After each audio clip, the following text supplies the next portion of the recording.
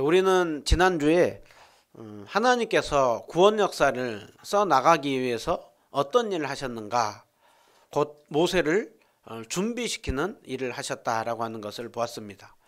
하나님은 크고 위대하신 하나님이십니다. 돌들로도 능히 높임을 받으시기에 합당하신 하나님이십니다. 근데 하나님은 일을 하실 때 항상 사람을 통하여서 일하십니다. 하나님께서는 그 구원 역사를 써나가는 일을 위하여서 모세를 준비시키는 일을 했는데요. 모세를 준비시키는 그 내용을 보면 크게 세 단계로 나눠서 모세를 준비시키는 걸 볼 수가 있습니다. 어렸을 때 어머니에게서 신앙 교육을 받으면서 자라게 합니다. 히브리인이라는 정체성을 가지고 자라게 합니다. 그리고 바로의 궁전에서 모세는 지도자 교육을 받습니다. 그리고 오늘 우리가 보는 내용을 보면 모세는 40살에서 80살까지 광야에서 겸손해지는 훈련을 이렇게 받습니다. 우리가 지난주 한번 생각을 해보면요, 모세는 어머니에게서 받았던 교육은 히브리인으로서의 정체성과 하나님 나라 백성이라고 하는 것, 그리고 하나님의 백성으로서 하나님을 섬기며 살아가야 되는 것.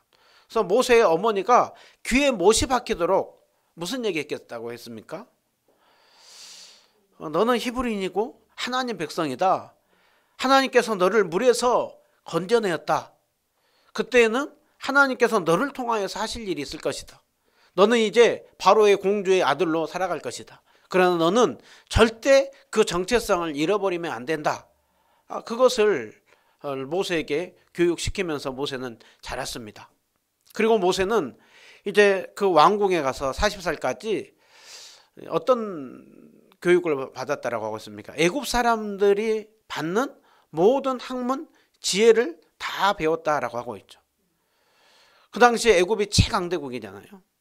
그러니까 오늘날도 보면 항상 선진국으로 유학을 가서 거기에서 공부를 하잖아요.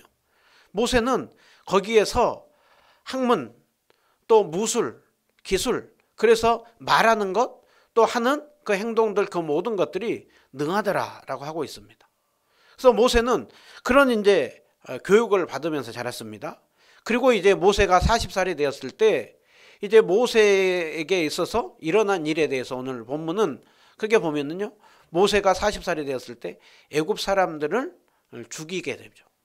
그리고 그 죽이는 일을 몰래 숨겼는데 이제 그것이 탄로납니다.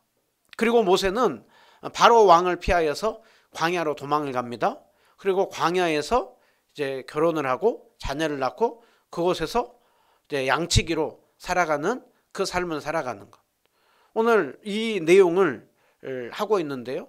오늘 이 내용 속에 많은 우리가 교훈을 받을 수가 있지만 특별히 크게 세 가지 내용을 우리가 교훈을 받을 수가 있는데요. 제일 첫 번째로는 모세의 신앙입니다. 모세의 신앙이 무엇으로 드러나느냐면 모세가 어디에 관심을 두고 어떻게 행동하는지를 통하여서 모세의 신앙이 드러납니다. 11절에 보면 모세가 장성했다라고 하고 있죠. 이때가 모세가 나이가 40살이 되었을 때입니다. 모세가 120살까지 사는데 40살까지 할 때에는 힘이 제일 팔팔할 때예요. 그런데 모세가 40살이 되었을 때 모세는 애굽에서 어떤 위치에 있었는가?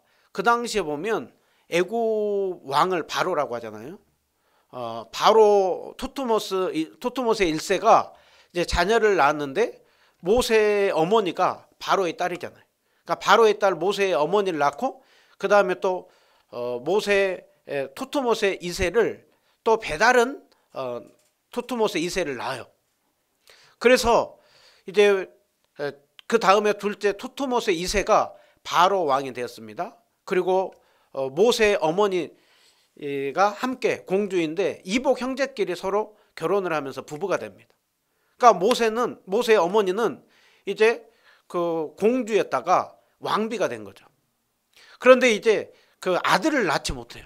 항상 고대에 왕을 이어서 누가 왕이 될 거냐 했을 때 이제 아들을 낳아야 되잖아요.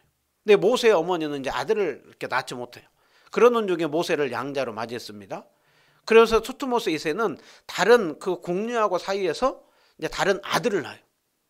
그래서 한편으로는 모세의 어머니인 그 왕위를 이으려고 하는 사람들이 있고, 그 옆에 궁녀를 통하여서 난 투트모세 3세가 이제 왕위를 이으려고 하는 것이 있어요.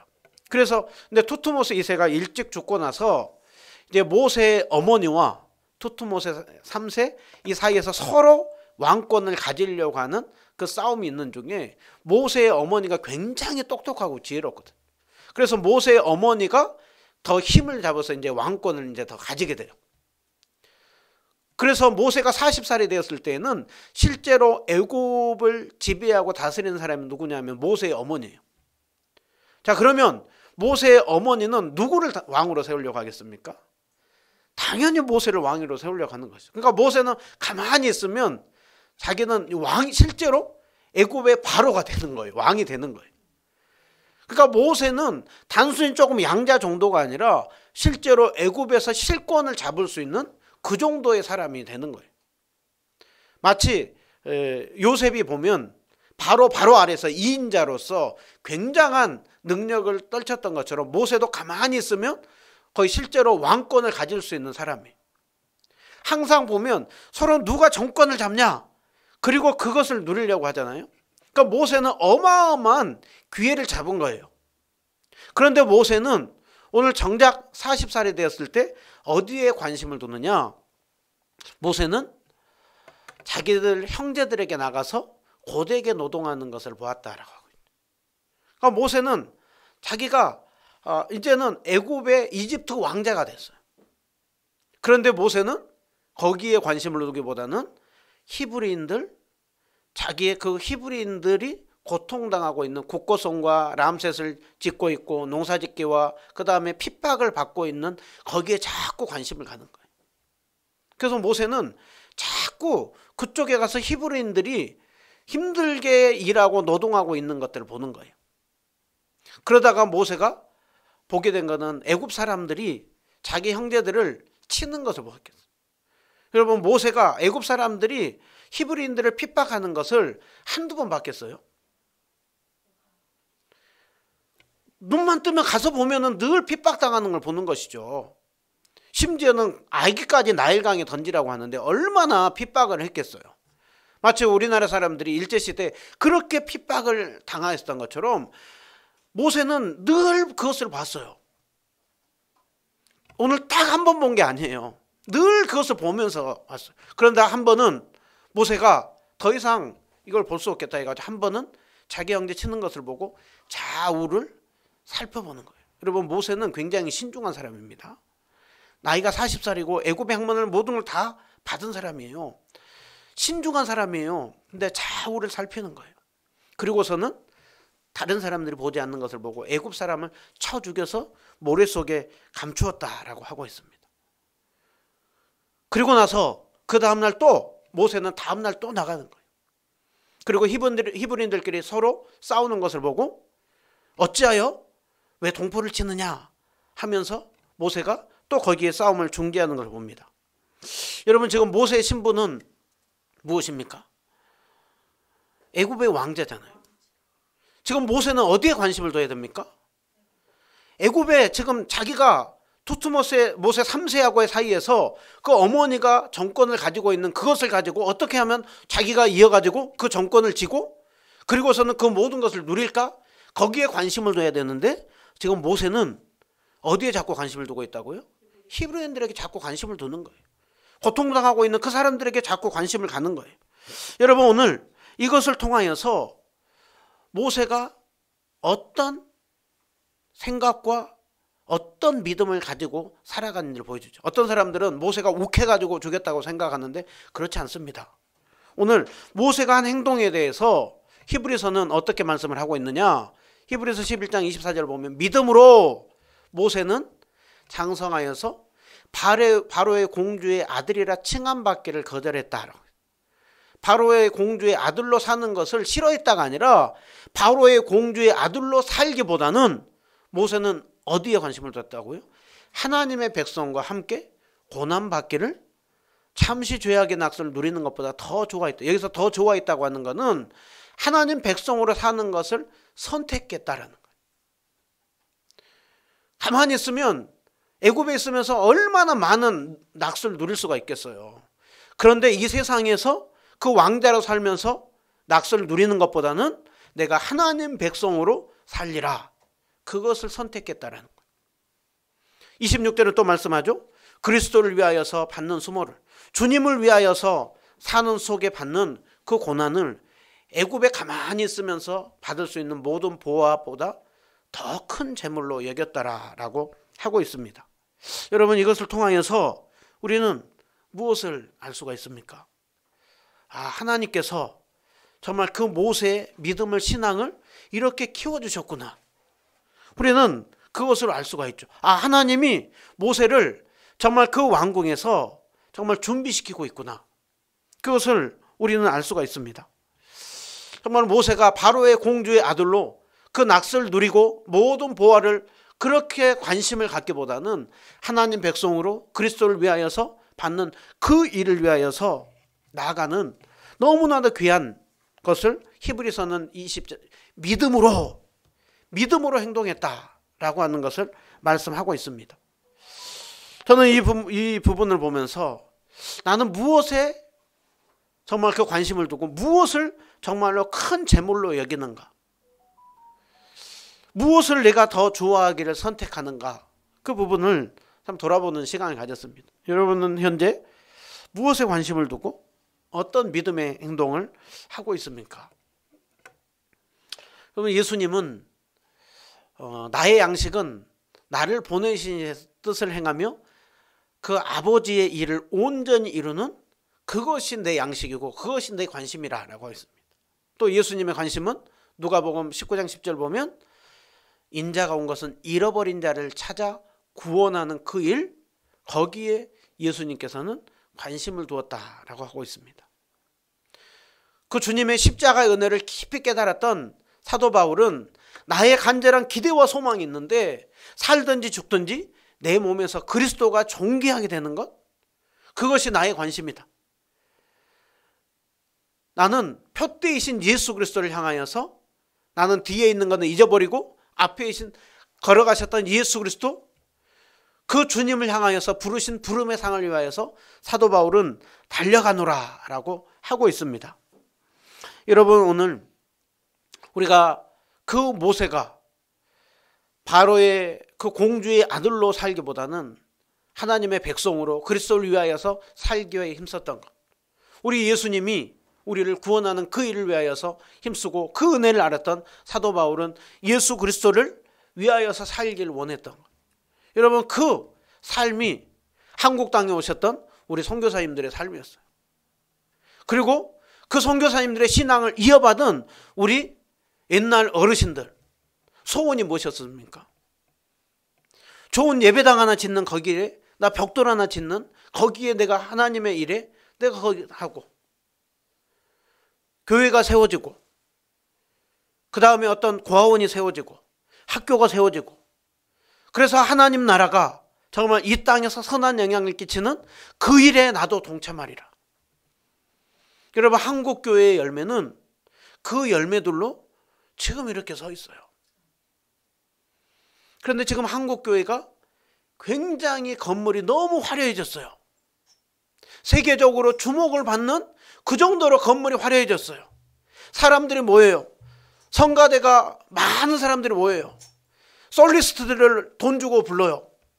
그리고 찬양하고, 오늘 너무 좋았다, 오늘 이거 해야 되는데 틀렸다, 좋았다, 그러면서 오늘 이거 너무 감동이었어. 앞에서 그런들이 화려하고 마치 공연을 보는 것 같고, 무슨 극장에 가 있는 것 같고, 무슨 연극을 보는 것 같고, 그러면서 그 자리에 앉아있는 그것 자체로 은혜가 되는 것 같아요. 여러분, 그것들 다 나쁘다는 거 아니에요. 종교개혁 시대에 그것들 다 빼버렸어요. 종교개혁 시대에 강대상이가 하나 빼고 다 빼버렸어요. 그리고 오직 주님만 바라보자 했어요. 종교개혁 시대에 사부로 하는 그것 다 빼자. 오직 단음으로 하자. 우리가 듣기 좋은 그거 다 빼자. 강단의 화려함 다 빼자. 그리고 오직 강단만 놓자. 그리고 그곳에서만 하나님 말씀만 전하자. 그리고 났을 때 정말 하나님이 일하는지 보자. 그런데 종교개혁 이후에 다시 한국 교회가 다른 것들이 자꾸 채워지기 시작해요. 그리고 자꾸 하나님을 위하여 하나님 백성으로 고난받는 삶을 살기보다는 넓은 길, 조금 편한 길, 자꾸 거기서 관심을 두는 것이죠. 어떻게 보면 오늘 모세가 애굽의 모든 보화보다 그리스도를 위하여서 하나님 백성으로 사는 그것을 선택했는데, 우리는 반대로 조금 더 편안한 삶, 화려한 삶, 조금 더 좋은 신앙생활, 편안한 신앙생활, 어찌 보면 고난받는 것, 수모받는 것, 그것을 진짜로 수모로 여기며 살아가는, 정말 부끄러움을 모르고 정말 세상의 것들에 너무 닮아가는 그 모습으로 살아가고 있지는 않는가. 모세는 가만히 있으면 그냥 왕권이 자기에게 온다니까요. 그런데 그것을 내려놨다라고 했어요. 여러분, 신앙생활은 무엇으로 드러납니까? 우리가 무엇을 결정하고 어디에 관심을 두고 어떻게 행동하고 있는가, 그것을 통하여서 드러나요. 하나님은 그 모세를 준비시켰습니다. 믿음으로 행했다라고 하고 있습니다. 오늘 또 다시 한번 우리의 시선이, 우리의 행함이 정말 그 주님을 위하여서 하나님의 백성과 그 고난받는 삶, 그 일을 위하여서 살아가는 우리 모두 다 되시기를 주님의 이름으로 축원드립니다. 오늘 두 번째로 보게 되는 것은 모세가 이 일을 위하여서 나섰는데, 하나님을 위하여서 나섰어요. 그때 모세는 어떤 생각으로 나섰는가? 사도행전 7장 25절에 말씀하죠.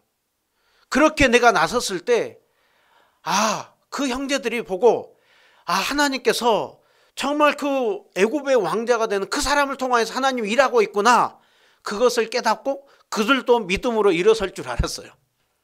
그런데 어떻게 됐습니까? 그 싸움하는 일에 중재하고 나서니까 누가 너를 재판장으로 세웠느냐? 네가 뭔데? 네가 우리의 무슨 중재자로 됐느냐? 하면서 그렇게 얘기를 하죠. 그 히브리 사람을, 애굽 사람을 죽인 것처럼 나도 죽이려고 하느냐? 그랬더니 모세가 하는 일들이 다 탄로나더라고요. 모세는 겁을 잔뜩 먹었어요. 모세가 나설 때는 어땠다고요? 다른 사람들이 하나님이 일하는구나, 저 모세를 통하여서 일하는구나, 그렇게 생각할 줄 알고, 왜 잘못한 사람을 위해서 네가 그렇게 하느냐 하면서 중재하면 그가 회개하고 돌이키고 다른 사람들이 옆에서 말리고 그러면서 신앙 안에서 다시 일어설 줄 알았어요. 그런데 오히려 모세가 하는 일이 탄로나고 모세는 어떻게 됩니까? 오히려 이제 도망자가 되어서 미디안 땅으로 멀리 도망했다라고 하고 있죠. 여러분, 저 고센 땅에서 저 미디안 땅까지 직선으로 한 600km라고 해요. 그 광야를, 이스라엘 백성들이 광야를 지나잖아요. 근데 그 광야를 통과하고 아주 멀리까지 한 번도 모세가 가보지 않는 바로의 낯을 최대한 피한 거예요. 여기서 이때 그 바로가 모세하고 경쟁했던 투트모스 3세예요.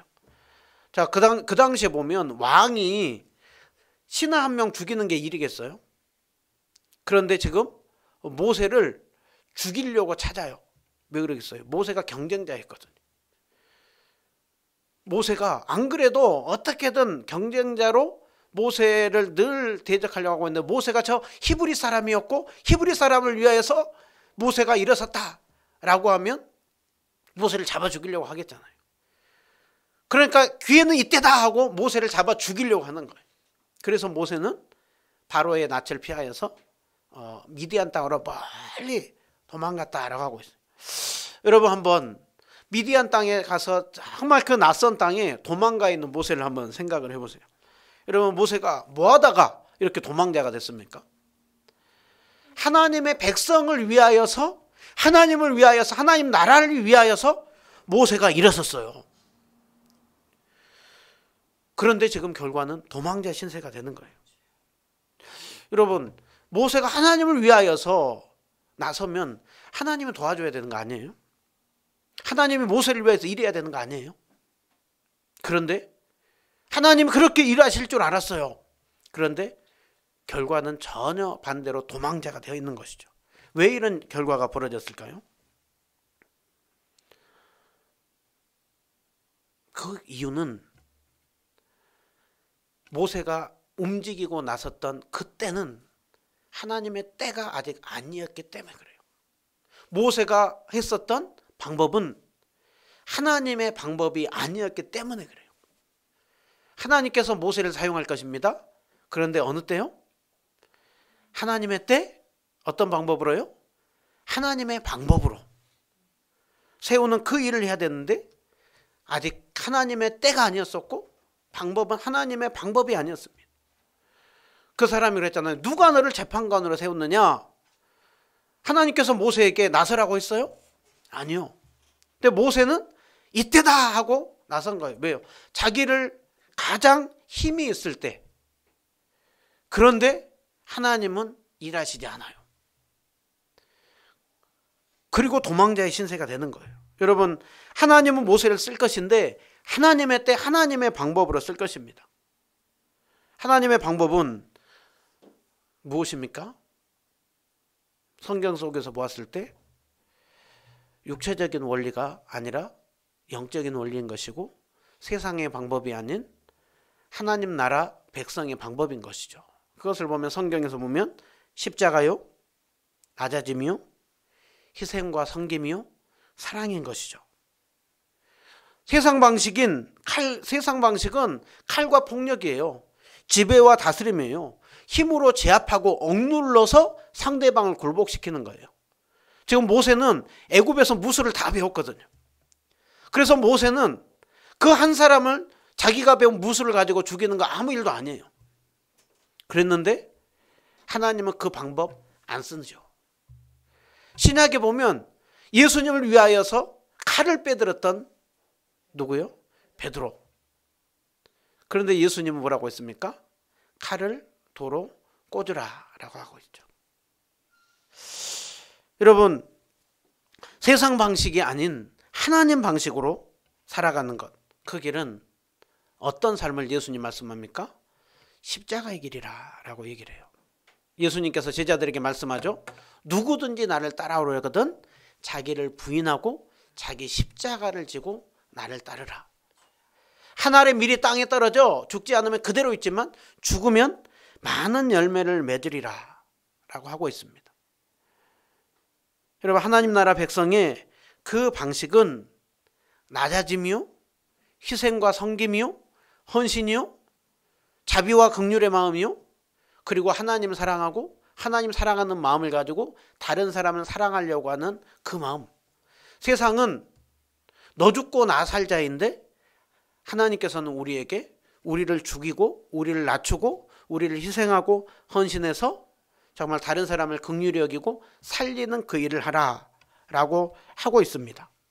그러기에 빌립보서 2장 5절 이하를 보면 너희 안에 이 마음을 품으라.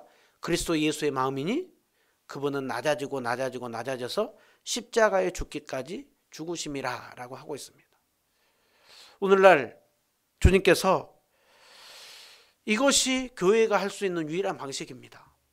교회가 할 수 있는 유일한 방식은 영적 원리로 싸우는 것입니다. 주님 앞에 기도하는 것입니다. 말씀한 번으로 우리가 예배를 드리는 것입니다. 그리고 영적인 힘을 받는 것입니다. 그리고 세상 속에 나가서는 낮은 곳으로 가고 주님의 마음으로 사랑하고 긍휼을 베풀고 그러면서 주님께서 일해 주십시오 하고 그렇게 하면서 주님이 일하심으로 주님 역사는 나타나는 것입니다. 그것을 모세가 80살이 되었을 때 하나님께서 사용합니다. 아직 그때와 그 방법이 아니기에 하나님께서 모세를 도망자의 신세가 되게 하는 것이죠. 성경에 보면 참 그 일을 잘했던 사람이 다윗이에요. 다윗이 사울을 결정적으로 죽이려고 할 수 있을 때가 두 번이었잖아요. 다윗은 하나님 앞에 기름 부음을 받았잖아요. 그리고 사울을 죽이기에 얼마든지 그 명분에 있어서 얼마든지 다른 사람들이 다 부추겼잖아요. 죽이라고. 하나님이 이때 기회를 줬다고. 근데 다윗은 어떻게 합니까? 하나님이 기름 부은 자를 하나님께서 정말 또 해결할 것이고 주님께서 주님의 때에 나를 세울 것이다 하면서 하나님 앞에 맡겨드리잖아요. 오늘 신앙은 우리가 믿어야 되는 것은 하나님께서 하나님의 때에 일할 거다. 그것을 우리는 믿는 거예요. 또 하나님의 방법으로 일해야 돼요. 여러분, 모세가 하나님을 위하여 나서는 거 좋았어요. 그런데 자기의 방법을 가지고 죽이는 것, 살인하는 것, 힘으로 제압하는 것, 그거는 안 되는 것입니다. 그러기에 오늘 또 우리는 주님의 때 주님의 방법으로 일해야 되는 것이죠.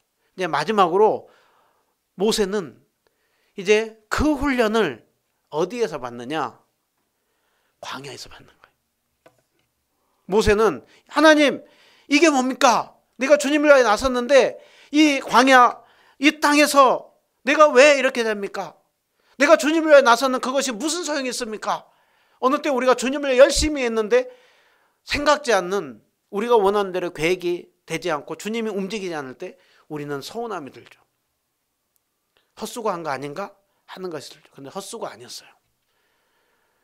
모세의 그 주님을 위한 열심은 귀한 것입니다. 그리고 하나님이 그것을 어디에서 훈련시키느냐? 미디안 광야에서 훈련시킵니다. 이제 모세가 미디안 땅에 머물며 우물 곁에 있어요. 그런데 그때 미디안 제사장의 딸들이 양떼를 이렇게 몰고 와요. 근데 그때 그 여자들만 있다 보니까 다른 그 목자들이 실컷 물을 길러놓은 것을 또 뺏으려고 하는 거예요. 그러니까 모세가 또 그때 나서서 그 목자들을 몰아내고 그리고 여인들을 도와가지고 그 양떼에 물을 먹이게 하죠. 그러니까 모세는 굉장히 정의로운 사람이에요. 또 모세는 무술을 익히고 있기 때문에 다른 사람들이 함부로 할 수 없는 그런 사람인 거예요. 그러니까 모세가 또 여기서 나섭니다. 그런데 하나님은 또 이 속에서 일을 하는 것을 이렇게 보게 되죠. 이제 그 물을 길러주고 났더니 그 미디안 딸들이 이제 양떼를 먹이고 이제 집에 갔어요. 그랬더니 그 아버지가 어째 속해 왔냐? 그러니까 한 애굽 사람이 우리를 도와가지고 양떼에게 물을 먹여서 우리가 오늘 빨리 왔다고. 그 사람 어디 있냐?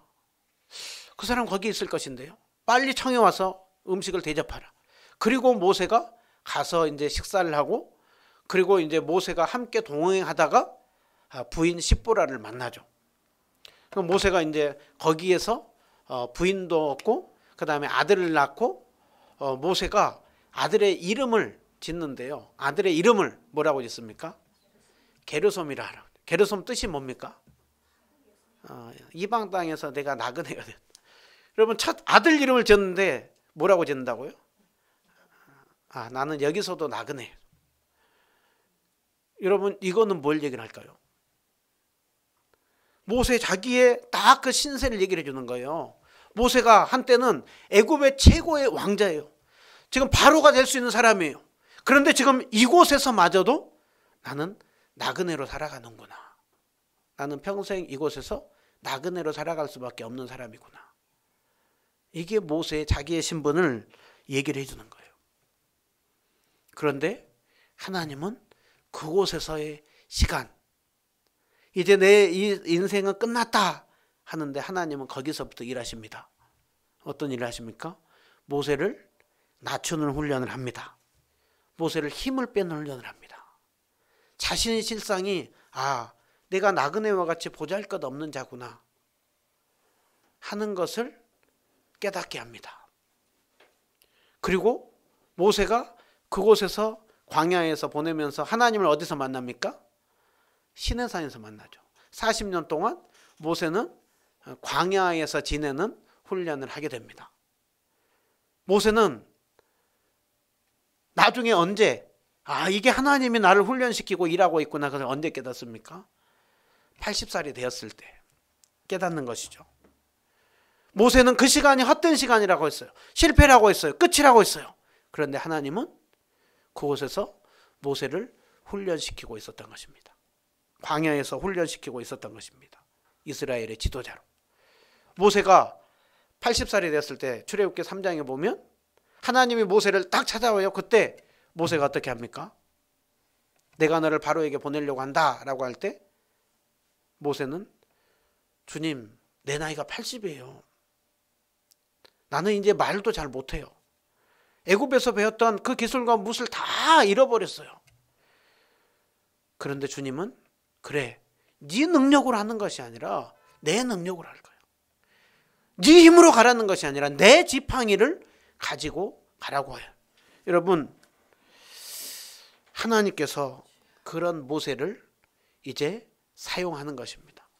선교사님들이 선교제를 갈 때 주님, 저 땅을 나에게 주십시오.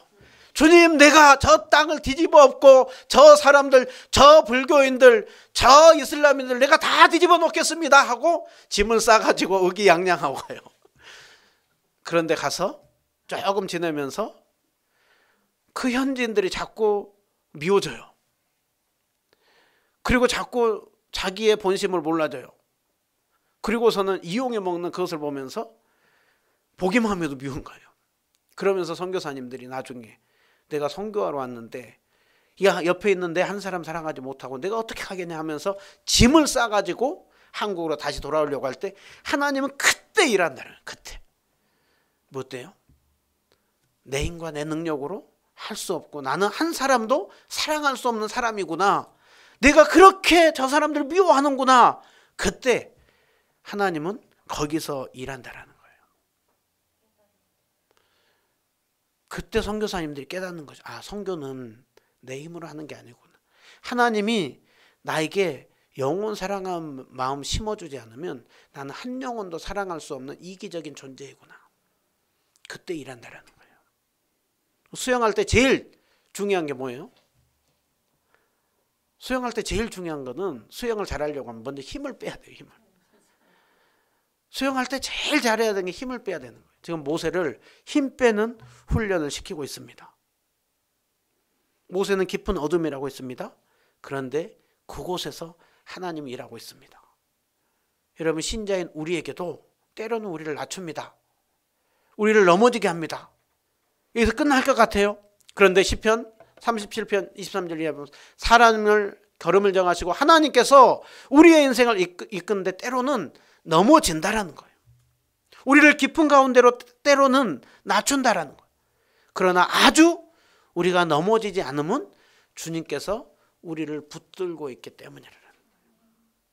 하나님은 이제 모세에서 광야에서 모세를 진정한 모세로 거듭나게 하고 있는 것입니다. 거기에 하나님의 손길이 없는 줄 알았어요. 여기서 무슨 하나님의 역사가 일어나는가 했는데 하나님은 그곳에서 역사를 일으키고 있었던 것입니다. 여러분, 때로는 우리의 인생 가운데에도 광야와 같은 곳으로 우리를 몰아넣을 때가 있습니다. 하나님의 손길이 느껴지지 않는 것 같아요. 그런데 그곳에서 진정한 우리를 만듭니다. 우리를 어떤 사람으로요? 겸손한 사람으로, 낮아진 사람으로. 그런데 그런 우리를 통하여서 저도 개척을 하고서 지금 우리 은혜누리길 생각하면서 어마어마한 교회 생각하지 않아요. 할 수가 없어요. 그저 우리 교회가 잘 생존하고 살아남았으면 좋겠다. 그런데 불안하냐? 기대가 돼요. 하나님의 일하심이 기대가 돼요. 여러분, 몇백 명 모이고 뭔가 하면 그것이 큰일 같습니까? 크고 위대하신 하나님, 그거 아무것도 아니에요. 5명, 10명 모여서 예배드리면 그거는 시시해 보이고 하나님이 하찮게 여길 것 같습니까? 아니요. 그곳에서 참되게 예배하는 소수의 몇 사람이 있으면 하나님은 그곳에서 일하십니다. 오늘 또 우리 그 믿음 가지고 부르신 그곳에서 우리가 섬길 때 다른 사람은 우습게 여길지 모르지만 하나님은 결코 작게 여기지 않습니다. 주님 앞에 감사하면서 부르신 그곳에서 주어진 자리에서 하나님을 예배함으로 진정한 모세를 거듭나게 했었던 것처럼 진정한 목사로, 진정한 권사님으로, 진정한 집사님으로, 진정한 성도님들로 거듭나서 크고 위대하신 하나님. 여러분, 세상은, 사람은 이런 얘기 표현하지만 우리가 존중해야 되지만 하나님 관점에서 아무것도 아니에요. 우리가 사는 지구, 우주에 나가서 보면 아무것도 아니라니까요. 그런 속에서 이 대한민국이라고 하는 땅, 얼마나 작은 땅이에요. 그런데 하나님의 관점에서 볼 때 하나님은 그 많은 우주 중에 왜 우리가 사는 지구를 주목합니까? 하나님 형상을 닮은 사람들이 있기 때문이에요. 왜 하나님은 오늘 이 자리에서 예배드리는 이 작은, 우리 작은 교회를 하나님 주목합니까?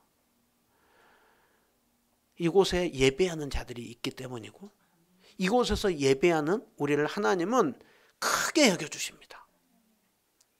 세상적인 관점이 아니라 주님의 관점을 가지고 오늘도 우리에게 주어진 자리, 예배 드릴 뿐만이 아니라 우리가 세상에 나가서 할 게 뭐 얼마나 있어요. 그런데 주어진 자리에서 주님 앞에 기도하고 주님 앞에 예배드리고 내 작은 섬김 주님은 크게 보시고 계속해서 우리를 통하여서 일하실 것이며 영광 받으십니다. 그 일에 우리가 그 관점을 가지고 쓰임받는 우리 모두 다 되시기를 주님의 이름으로 축원드립니다.